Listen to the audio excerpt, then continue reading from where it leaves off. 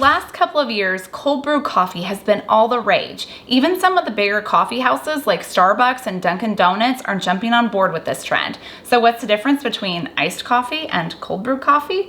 Well, cold brew coffee is actually coffee that's steeped in cold water, mostly overnight, so for a longer process. And then iced coffee is actually hot brew coffee that's poured over ice.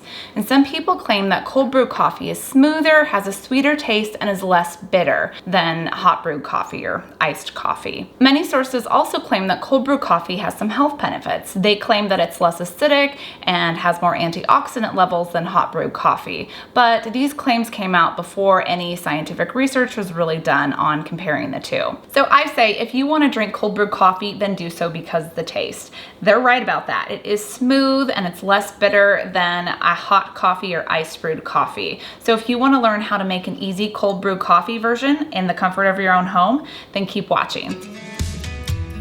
I'm going to be using a cold brew coffee maker. This is one that I picked up from Amazon. It's by Ovalware, and I'll have it linked down below on where you can buy it. It has a filter inside that you add your own grounds to.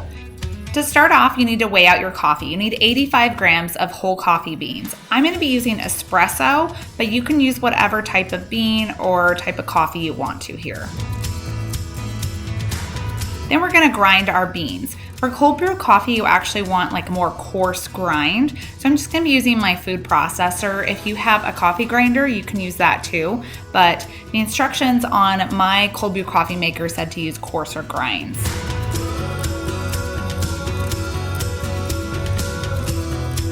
So they look about like that. That's the consistency you're going for.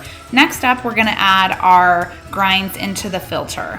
Now to help me do that, I am using a sheet of paper that has a picture of a dinosaur on it, but you can use whatever paper you have. If it has a picture of a monkey or a giraffe, that works good too. Then we're gonna fill up our filter with the coffee until it gets to the fill line of the coffee filter. Now, if you're using a mason jar, that's like a more easier technique to do. If you don't have access to a cold brew coffee maker, you can certainly do that. You just add the grinds to the bottom. Next, you want to add 4 cups of water, pour that straight over your ground coffee. If you're using a mason jar, you just pour that right over your ground coffee as well. Then you're going to cover it and pop it in the refrigerator for 12 to 24 hours. I personally like to put mine right next to my 2 favorites, Milkadamia Nut Milk and Prosecco.